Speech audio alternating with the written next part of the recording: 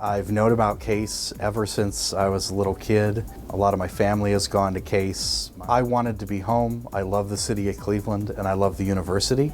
When I was also in high school, I was involved in the Lego robotics competition.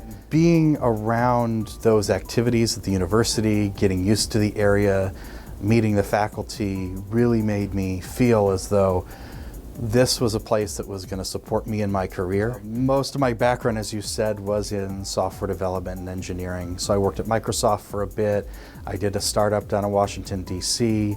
And when I moved back to Cleveland, there was a random opportunity at the airport here at Hopkins. And ended up getting the job, not knowing airports that much except for being a passenger.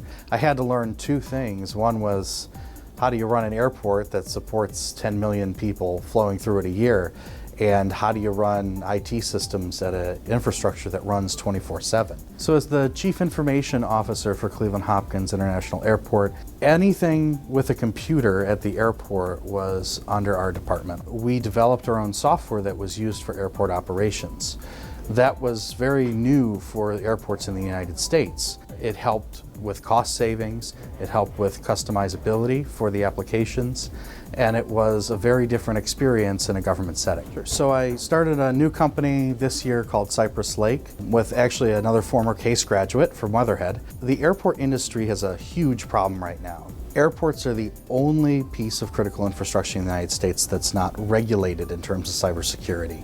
So every airport is absolutely different in how they handle threats. You're starting to see issues like in Atlanta, like we had in Cleveland recently, where attackers are coming in, holding airport data for ransom and taking over systems. To help reduce that vector in the industry, we started this company. So Oren was born in January of this year. The company was born in May of this year. It's been an absolutely exciting experience to have him around. I've gotten wonderful support from my wife, who's been helping me out and guiding me through, and I'm a full-time MBA student at Temple University. It's been difficult, but it's very exciting. 2019 has been especially busy. I was involved early on for my freshman year with the CASE Alumni Association, as well as with Debbie Fatika and the CASE Engineers Council. I had an extreme amount of support from the Alumni Association in terms of mentorship. I was junior senior scholarship recipient. As soon after I graduated, I was able to join the board and start contributing.